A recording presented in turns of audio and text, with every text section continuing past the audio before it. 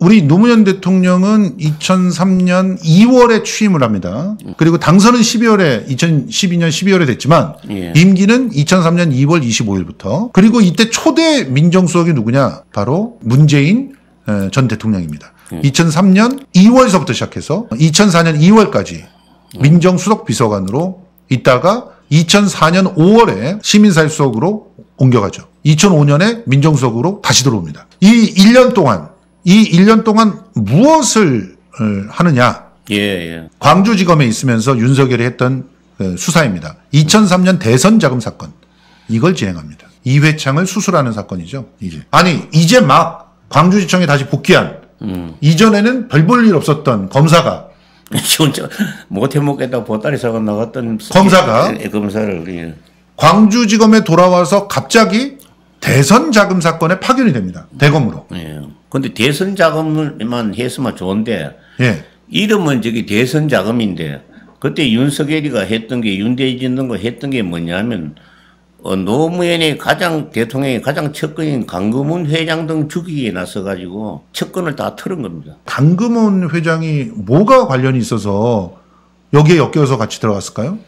거기 회사에 관계된 거 여러 가지 있다 그래서 구속되기도 하고 요즘 전 정권으로 말하면 강금훈 회장 정도면 김건희라고 봐야 되거든. 누가 건드릴 수도 없는 그런 그 자리에 있는 사람인데도 불구하고 그걸 쳐가지고 그러니까 노무현의 그 한 줌밖에 안 되는 그 충신이랄까 좀 측근이 그것도 다 그냥 끝장난 거죠. 임기 그 초대에 다 그냥 작살이 난 거지. 사실은 대선 자금이 아니고 저 강금은 과잉 수사 사건이라고 좀 봐야 됩니다. 지금. 그래서 민정수석에서 사회 그 수석으로 바뀐 거 아니냐라고 추정하기도 하시죠. 그러니까 12월에 와가지고 강금은 회장이 구속이 됩니다. 예. 그리고 구속되고 하니까 그 바람에 이제 뭐 한 점밖에 없었지만 뭐 친노 쪽도 그렇고 이제 그 말들이 워낙 많았죠.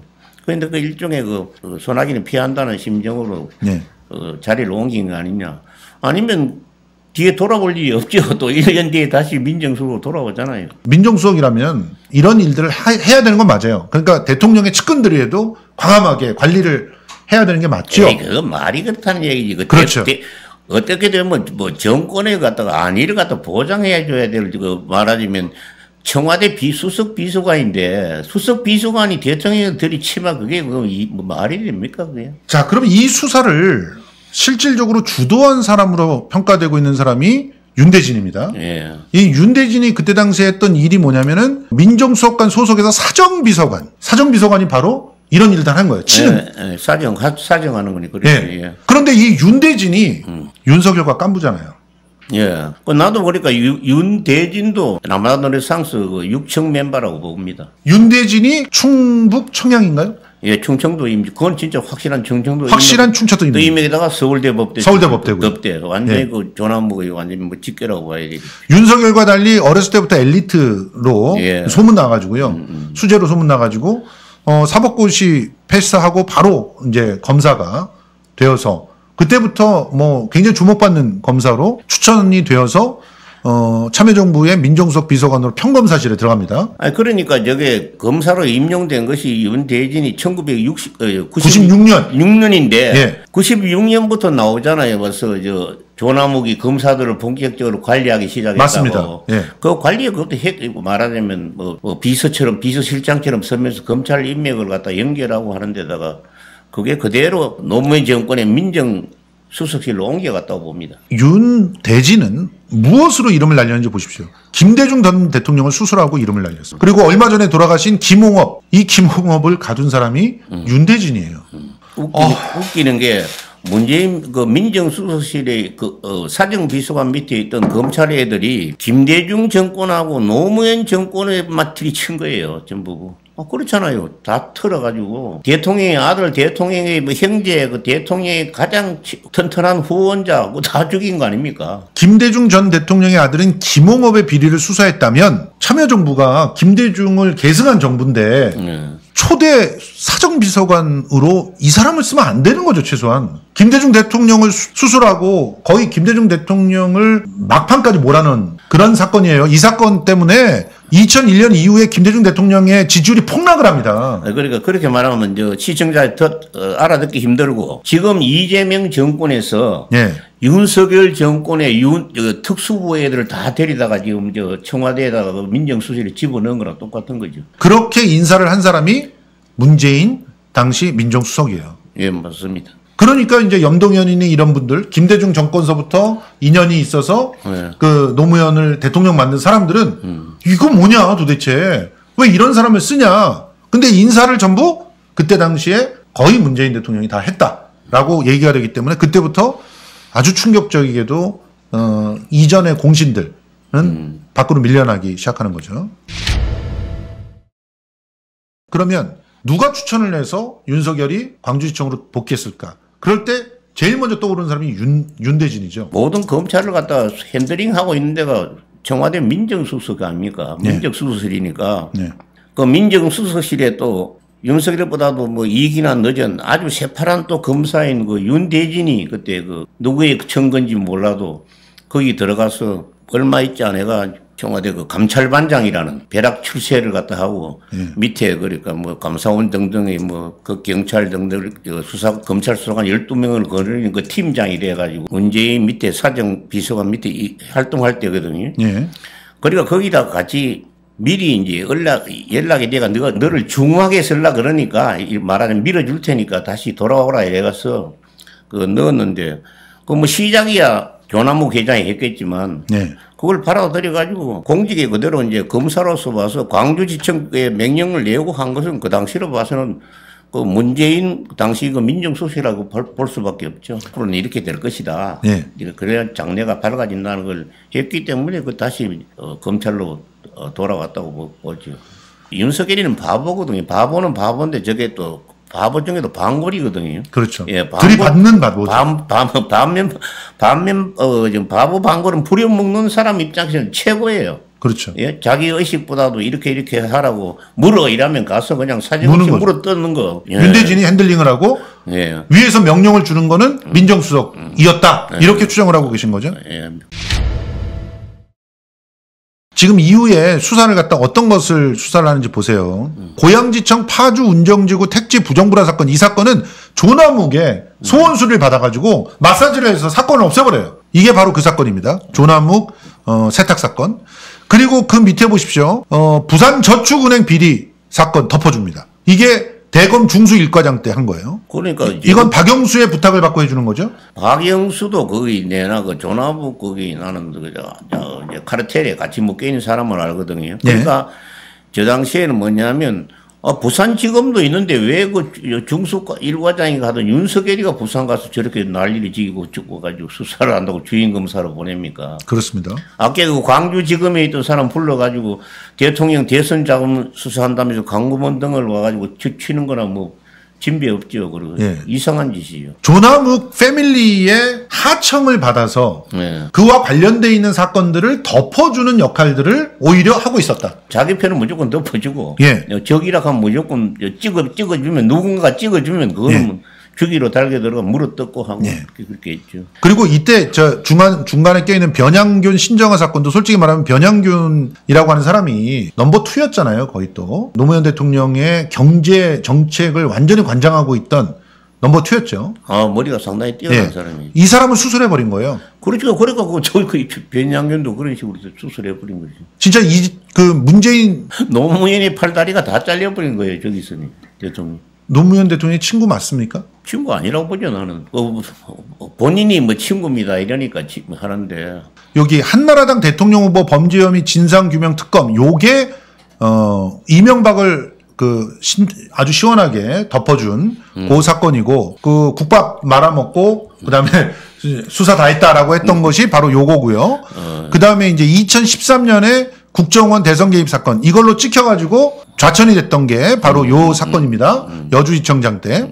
그리고 이명박 전 대통령 뇌물수수 사건은 이거는 특검, 박영수 특검에서 진행을 했던 그 사건 그래도 여주지청장 하면서 또 큰 건 한 건 했잖아요. 네. 최은순이가 공흥동 그 개발 비리 그 덮어가지고 그 아파트 짓게 하고. 맞아요. 이 여주지청에서 고흥지구, 예. 고흥지구를 갖다 이때 당시에 좌천돼 가지고 있으면서도 예. 고흥지구를 알뜰하게 챙겨주는. 알뜰하게 챙겼죠. 예. 예. 이런 역할들을 하면서 사실상 특수부의 어떤 모범처럼 그런 그러니까 경력을 쌓죠. 부산 저축은행 저 사건을 보면 내가 알기로도 100명이 많은 사람이 100명 이상의 사람이 자살하고 부산이 그냥 막가지고 눈물바다가 된 그 비참한 맞습니다. 사건인데 저걸 가서 느닷없이 관계없는 사람을 대거 구속시키고 해서 서울에 있던 윤석열이가 내려가서 하고 그 부산 저축은행 거의 전담 변호사가 누굽니까? 법무법이 부산에 그 문재인이 했지 않습니까? 예. 그걸 문재인이 그 조선일보 등에서 수입료만 그 해도 그건 한 70억을 벌었는데 예. 옛날에 그 민정수석실에서 같이 협업하던 사람들이 부산까지 내려가서 같이 협업한 케이스 아닙니까? 예. 그리고 그 시드머니가 대장동까지 들어왔는데 그걸 느닷없이 이재명이가 해먹었다는 식으로 뒤집어 씌우고 하는 것도 네. 그 1년에 오랫동안에 지금 그렇게 한 20여 년의 그 사건 중에는 늘 이런 큰 사건의 저변이나 배후에는 윤석열 문재인 윤석열이 있었다고 봐야죠. 자, 이런 상황이면은 지금 문재인 대통령이 되어서 윤석열을 쓸 수밖에 없었던 거네요. 쓸 수밖에 없는 정도가 아니고 두 사람은 거의 한 몸이라고 봐야죠. 그러니까 본인을 위해서 국정원 대선 개입 사건의 특별수사팀장으로 희생을 당하기도 했어요. 그 이후에 충성을 다해서 특검에서 박근혜 정부를 완전히 수술하는 그런 공을 세워서 탄핵을 갖다 이끌어냈고 그 이후에 이명박 전 대통령까지도 정리를 해줬어요. 그러면 1등 공신이네요, 정말. 아니, 그러니까 김건희가 이야기했잖아요. 우리 아저씨는 문재인 정권의 최고 충신이라고.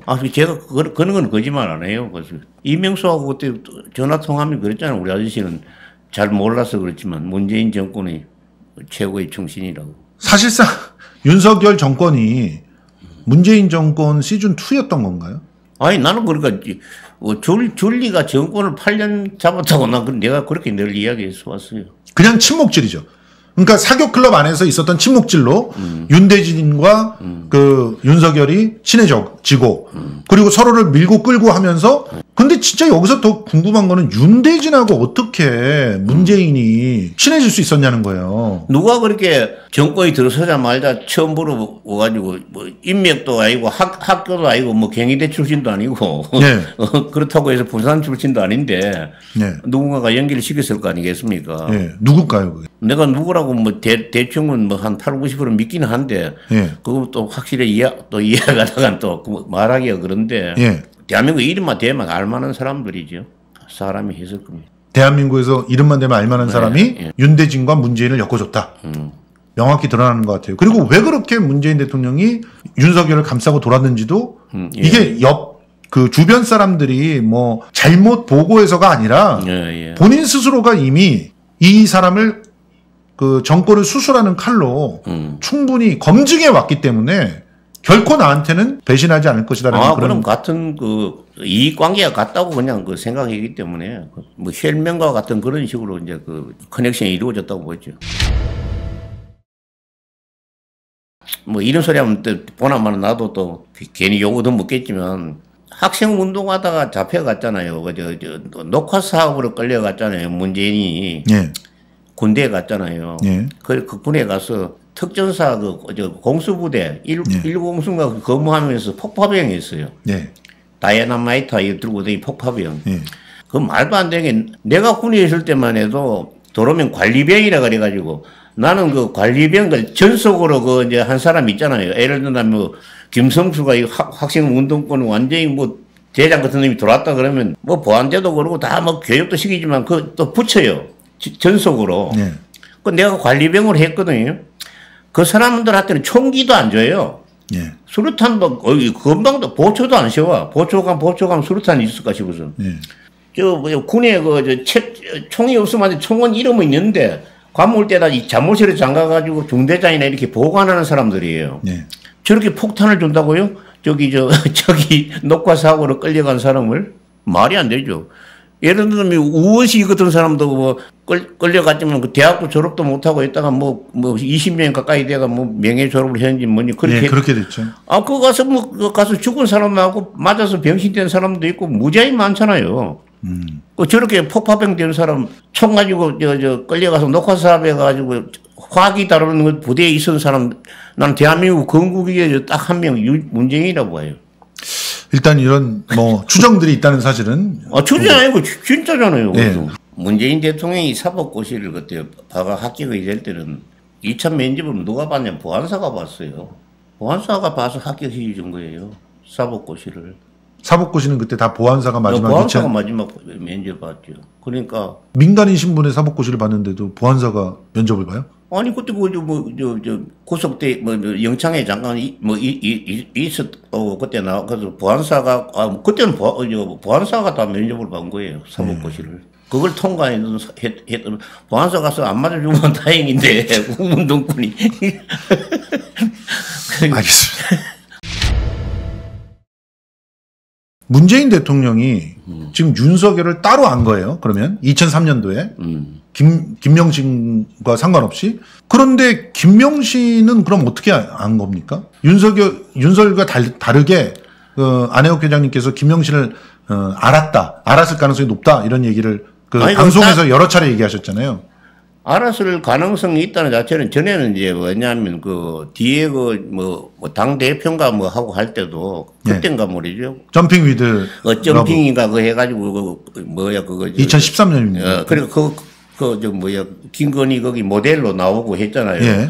그래서 나는 처음에 검찰총장이 돼가지고 청와대 가서 임명장을 받을 때 대통령 문재인이 5분간 연설했는데 김건희는 6분인가 7분간 했다 그래가지고 딴 사람들이 저게 말이 되나 하고 아이고 더 권력이 더 센 사람이 오랫동안 이야기 죽기고 하는 거 아니냐. 아니 보통 사람이 인정이면 그렇게 하겠어요? 거기 가서. 2019년 윤석열 검찰총장 임명장 수여식을 마친 문재인 대통령은 환담을 위해 윤석열, 김건희 그리고 수석비서관들과 이동했다. 참석자는 20여 명. 먼저 문재인이 약 6분간 발언을 했다. 이어 윤석열이 약 2분간 발언했다. 이후부터는 방송 카메라와 기자들이 모두 나가고 비공개로 진행되는 순서였다. 김건희는 이 자리에서 아무도 예상하지 못했던 놀라운 언행을 약 7분간 계속했다. 통상 이 비공개 자리에서는 임명받은 인사의 배우자가 내조를 잘하겠다고 약 30초 만에 끝내는데 김건희는 발언 길이뿐 아니라 발언 내용상으로도 이례적이어서